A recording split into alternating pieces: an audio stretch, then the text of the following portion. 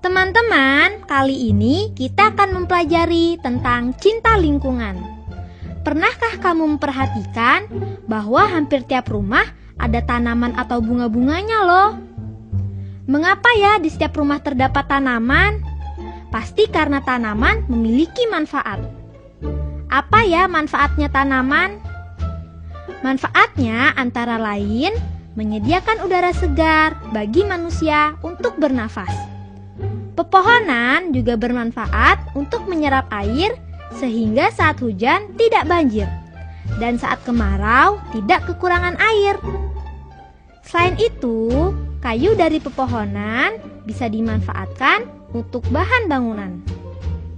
Bahkan daun-daun pepohonan juga bisa dijadikan pakan ternak. Hewan ternak juga banyak manfaatnya loh. Bisakah kamu menyebutkannya? Manfaat ternak antara lain, tenaganya bisa digunakan untuk membajak sawah. Daging dan telurnya bisa dimakan karena sangat bergizi. Selain itu, kotoran ternak juga dapat digunakan sebagai pupuk yang sangat diperlukan tanaman. Nah, teman-teman, itu tadi manfaat-manfaat ternak. Karena banyaknya manfaat tanaman dan pepohonan yang ada di hutan, sudah seharusnya kalau hutan itu dijaga dan dilestarikan.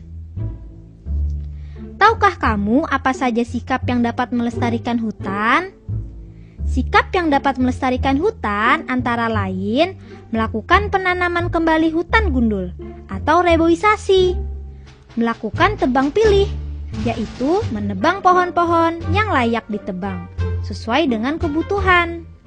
Selain itu, setelah menebang pohon, kita harus menanami kembali dengan pohon yang baru. Dan yang lebih penting adalah menjaga hutan dari penebangan liar. Hutan Indonesia tiap tahun berkurang 1 juta hektar loh, akibat tangan-tangan jahil.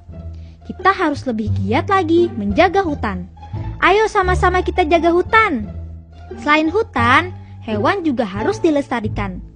Bagaimana cara melestarikan hewan ya? Contohnya sapi betina. Dilestarikan dengan cara dirawat dengan baik.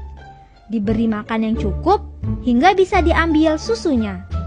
Kemudian susu diolah oleh pabrik sehingga jadilah susu yang enak.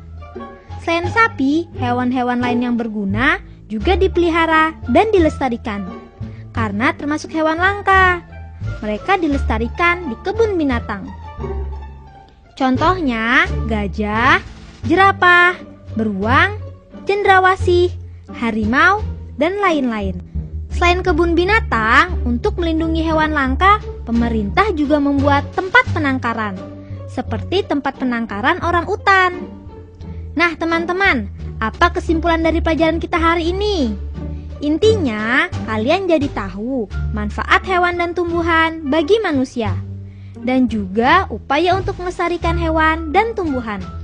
Ayo bersama-sama kita lestarikan pepohonan dan hewan.